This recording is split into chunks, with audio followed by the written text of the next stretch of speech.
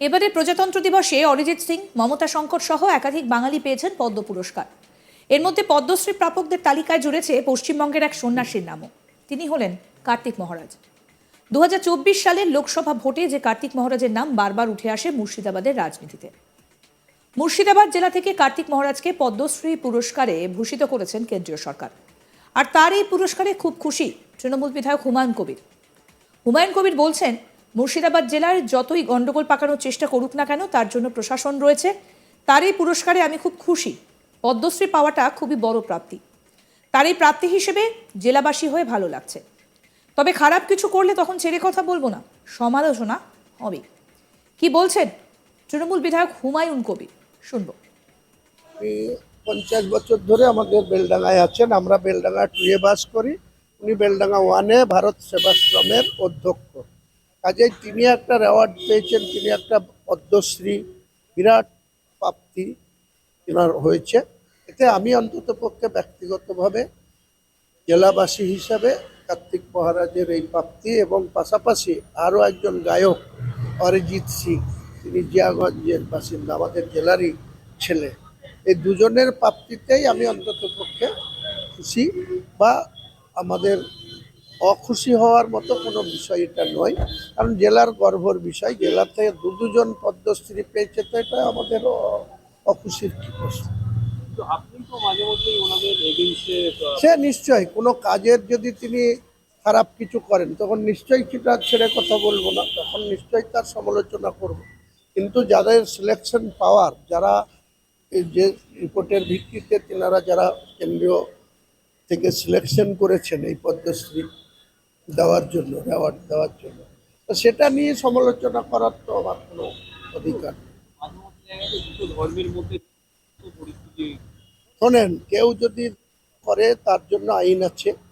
উনি যদি কোনোদিন কোনো খারাপ কাজে যুক্ত হন, তার জন্য তাকে সমালোচনা হজম করতে হয়।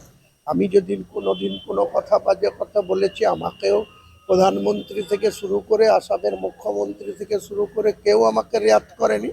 আমাকে সেই সমালোচনা সম্মুখীন হতে হয়েছে বা আমাকে হজম করতে হয়েছে, আমি হজম করেছি।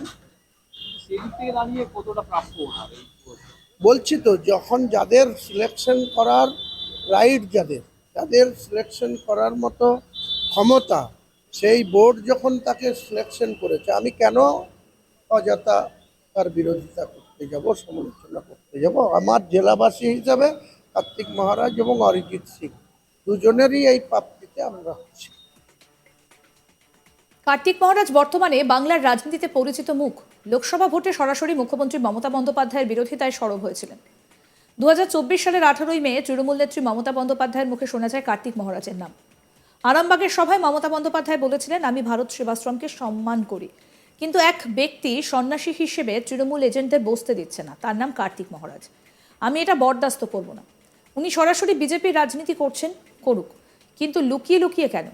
এলাকায় এলাকায় গিয়ে আপনি ধর্মের নামে বিজেপি করে বেড়ান, বলেছিলেন মুখ্যমন্ত্রী মমতা বন্দ্যোপাধ্যায়।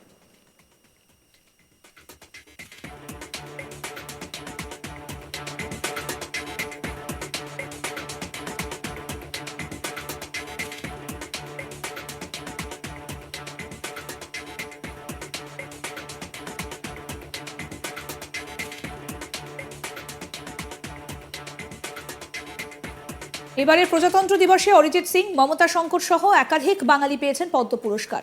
এর মধ্যে পদ্মশ্রী প্রাপকদের তালিকায় জুড়েছে পশ্চিমবঙ্গের এক সন্ন্যাসীর নামও। তিনি হলেন কার্তিক মহারাজ। 2024 সালের লোকসভা ভোটে যে কার্তিক মহারাজের নাম বারবার উঠে আসে মুর্শিদাবাদের রাজনীতিতে।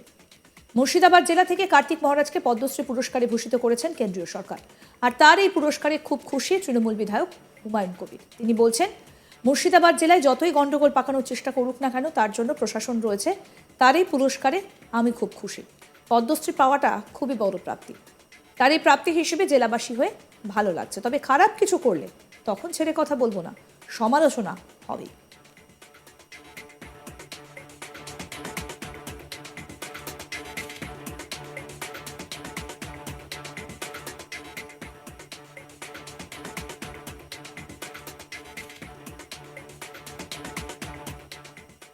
আরও আপডেট পেতে দেখতে থাকুন আজ তাক বাংলা। সাবস্ক্রাইব করুন, নোটিফিকেশন পেতে বেল বাটন অপশন প্রেস করুন, হোয়াটসঅ্যাপে ফলো করুন আজ তাক বাংলা। ভিডিওটা লাইক করুন, শেয়ার করুন, কমেন্ট করুন।